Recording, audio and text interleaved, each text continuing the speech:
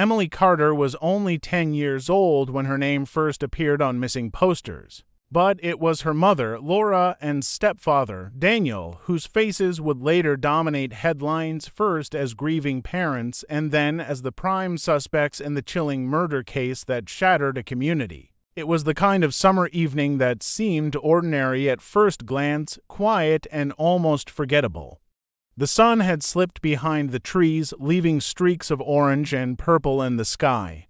Children still played outside, their laughter echoing faintly through the neighborhood, and sprinklers sprayed arcs of water over front lawns. Among the children was Emily, a 10-year-old girl with a wide smile and an old pink bicycle that she rode almost every evening. Neighbors recalled seeing her circling the block, waving as she passed, her ponytail bouncing with each turn of the pedals. To everyone watching, it looked like nothing more than another carefree night for a child enjoying the last days of summer break. By nightfall, the calm began to crack. When the streetlights blinked on, Emily's bike was no longer seen near the curb. Her bedroom window, usually glowing with the soft light of a night lamp, stayed dark. Her mother later told police she believed Emily had come inside after riding around, but when she checked, the girl wasn't there. Her bed was perfectly made, the comforter smoothed down as if untouched. Her favorite stuffed animal rested against the pillow, waiting for her return. On the floor near the door sat her school backpack, zipped tightly, the straps folded neatly as though placed with care earlier that day. At first, there was no panic. Families in the neighborhood assumed she might still be playing with friends a street over, or maybe she had walked to the nearby park to feed the ducks.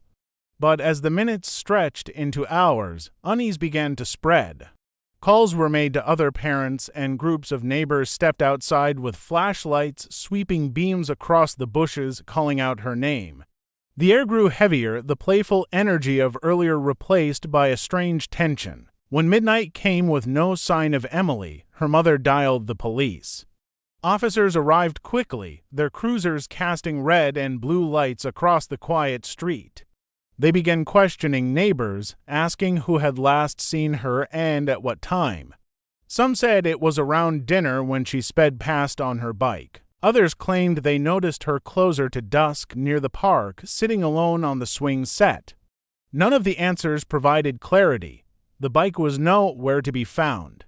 No one could say for sure what direction she went after the last sighting. By morning, the search had expanded far beyond the neighborhood. Police dogs were brought in, their noses pressed to the ground in hopes of picking up a trail. Helicopters circled overhead, their blades cutting through the humid summer air. Volunteers gathered in groups, combing wooded trails, peering into drainage ditches, checking every abandoned shed and empty lot. Each new hour without a lead only deepened the dread. What troubled investigators most was the lack of struggle inside the home. Doors were locked, windows were shut, and there were no signs of forced entry. It was as though Emily had simply vanished into thin air. The community clung to hope in those first days. Posters bearing her school photo, bright eyes, and a shy smile were plastered across telephone poles, gas stations, and grocery store windows. Candlelight vigils were held on the town square, where families prayed she would be found alive. Yet behind the prayers and flickering candles, a shadow of fear spread through the crowd. If a child could disappear so suddenly from such a safe-seeming neighborhood, then perhaps the danger was closer than anyone wanted to admit. As the days turned into weeks, the once frantic search for Emily began to slow, but the unease in the town only deepened. Investigators, unable to find any trace of the little girl outside the home, started to turn their attention inward. At first, the family had been viewed as victims, grieving and broken, standing at the center of a storm they could not control. But when detectives reviewed the early interviews, they noticed inconsistencies, small details that didn't fit together, answers that shifted depending on who was asked. Emily's stepfather said she came home around dinner, while her mother claimed she had last seen her near bedtime. Neither could give a precise time when they realized she was gone. The couple's public appearances also began to raise eyebrows. At community vigils, while others wept openly, Emily's mother stood stiff, her face carefully composed, her eyes distant. The stepfather spoke loudly, his voice quivering in what sounded like grief, but his words were rehearsed, almost polished, as though he had practiced them in front of a mirror. Observers whispered quietly to one another, wondering if their grief was real or a mask. Detectives dug further into the family's past. Emily's biological father had been estranged, living in another state with limited contact. That left her mother and stepfather as her primary caretakers. Teachers at Emily's school shared troubling observations. She often appeared tired, her clothes sometimes unwashed, and once she came to class with a fading bruise across her arm. When asked about it, Emily had shrugged and said she fell from her bike. Another teacher recalled how Emily had written a story in class about a girl who wanted to live somewhere safe. At the time, it had been brushed off as imagination, but now those words echoed differently. Neighbors, too, began recalling moments they had dismissed before. There were nights when shouting erupted from the house, loud enough to wake those living nearby. More than one person admitted they had seen Emily sitting on the porch with her head down, avoiding eye contact as if afraid to go back inside. One neighbor remembered seeing her stepfather scolding her harshly for something as small as spilling juice, his voice booming across the yard. These pieces of testimony, once overlooked, now painted a picture of a home that was far from peaceful. Investigators also studied the stepfather's work records and discovered unusual gaps. He had claimed to be on shift the night Emily disappeared, but his employer reported he left early and never returned. Phone records showed calls made from the area near the family's home at the same time he claimed to be across town. When pressed about this, his answers were vague, his explanations thin. The mother's behavior troubled detectives just as much. While she told reporters she couldn't sleep or eat, her bank records revealed shopping trips and dinners out during the very week search teams were exhausting themselves to find her daughter. A relative later told police that she had seemed oddly detached, more worried about what people thought of her than about Emily's fate. Gradually, the narrative shifted. What had started as a heartbreaking case of a missing child began to feel more sinister. The possibility that Emily's disappearance was not the work of a stranger but something rooted inside her own household could no longer be ignored. The investigation might have stalled indefinitely if not for a chance discovery that came from outside the police department. A neighbor across the street had installed a security camera pointed toward their driveway. Weeks after the initial search had ended, they reviewed old footage, hoping to find something that could help. What they uncovered was disturbing. On the night Emily vanished, just past midnight, the camera captured a figure dragging a large, heavy-looking trash bag across the yard. The figure moved quickly, glancing around as though checking if anyone was watching. When investigators slowed the footage and enhanced the frame, the outline was unmistakable.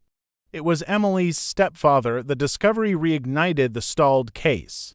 Detectives immediately secured warrants for storage units and rental spaces linked to the family that led to another chilling find. Inside a unit rented under the mother's name, carefully hidden behind stacks of boxes, was Emily's bicycle. The pink frame was recognizable instantly, its handlebar tassels still intact. It had been wiped down, but forensic testing later revealed faint traces of Emily's fingerprints on the handlebars. To law enforcement, the discovery suggested deliberate concealment rather than the innocent misplacement of a child's belongings.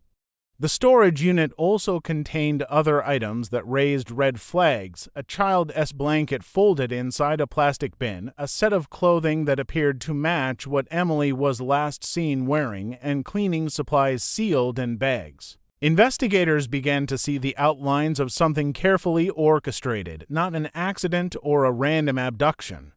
The evidence pointed directly back to the two people who should have been most desperate to find Emily. The community, once united in grief, now shifted toward suspicion. Word spread quickly about the footage and the storage unit. The image of a grieving mother and protective stepfather collapsed under the weight of what was being uncovered. Neighbors who had defended them started to question every memory. People asked themselves why the couple had insisted on certain timelines, why the stepfather had been so eager to lead search parties while avoiding specific areas. Even the way the mother had avoided eye contact during interviews now seemed sinister. Forensic teams returned to the family home, searching more thoroughly than before. They peeled back carpet in Emily's room and found stains that had been scrubbed but not fully removed. Experts determined the stains were consistent with blood, though degraded. That discovery, combined with the storage unit evidence, turned suspicion into something far more concrete. The mother and stepfather were called in for questioning once again, this time not as grieving guardians but as potential suspects. Their stories unraveled quickly under scrutiny. Investigators noted the stepfather's growing agitation and the mother's flat affect, her lack of urgency. When confronted with the footage from the neighbor's camera, the stepfather claimed he had been disposing of trash after cleaning, but the timeline did not match. The bicycle in the storage unit removed any doubt that what he was dragging that night was tied directly to Emily's disappearance. The hidden clue, once overlooked in the grainy background of a camera feed, had pulled the investigation in a new direction. What began as a mystery of a missing child was becoming a case of deliberate concealment, each discovery bringing investigators closer to the truth that had been buried in plain sight.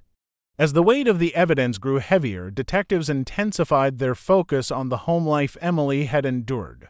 A deeper forensic sweep revealed threads of carpet fiber, from Emily's bedroom matching the fibers found clinging to duct tape recovered in the storage unit. Even without a body, this detail was damning. It suggested that whatever had happened to Emily had likely occurred inside the walls of her own home, a place meant to keep her safe. The home itself became silent testimony against her mother and stepfather. Investigators also gained access to the family's computer and cell phones, unearthing a series of internet searches that turned stomachs. Queries about how to erase traces of blood, how long before police stop looking for a missing child, and best ways to dispose of evidence painted a chilling picture. The stepfather's search history revealed late-night activity in the hours leading up to Emily's disappearance, searches that coincided with the timeline investigators had already pieced together from the security footage. These discoveries suggested not just a crime of impulse, but a crime that had been carefully thought out in advance. Adding to this disturbing portrait was testimony from a neighbor who, after weeks of silence, finally stepped forward. They recalled hearing shouting erupting from the house on the night Emily was last seen. The voice of the stepfather was unmistakable, raised and furious.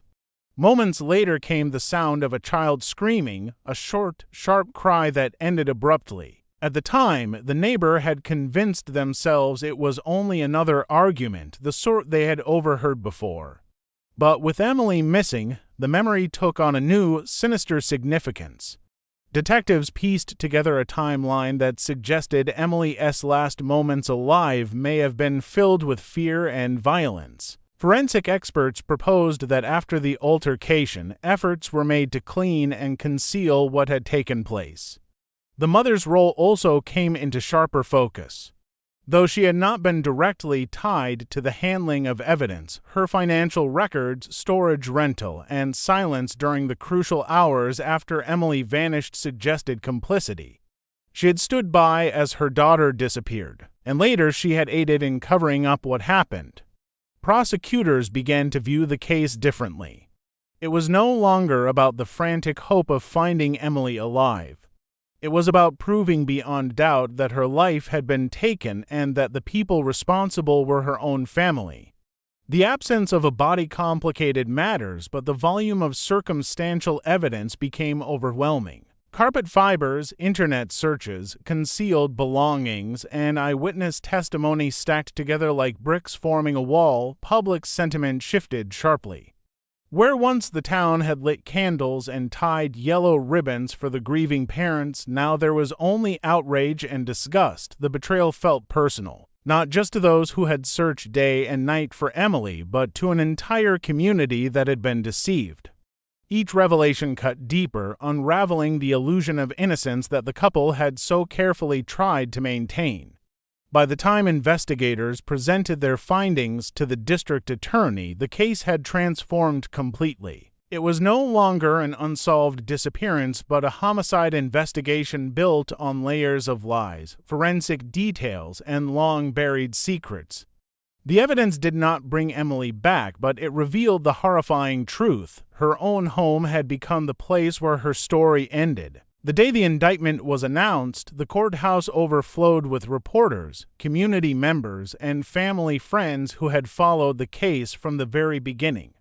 For months, the story of Emily's disappearance had haunted the town, but the news that her mother and stepfather were now formally charged with her murder shocked even those who had already suspected the worst. The charges included first-degree murder, conspiracy, evidence tampering, and child abuse.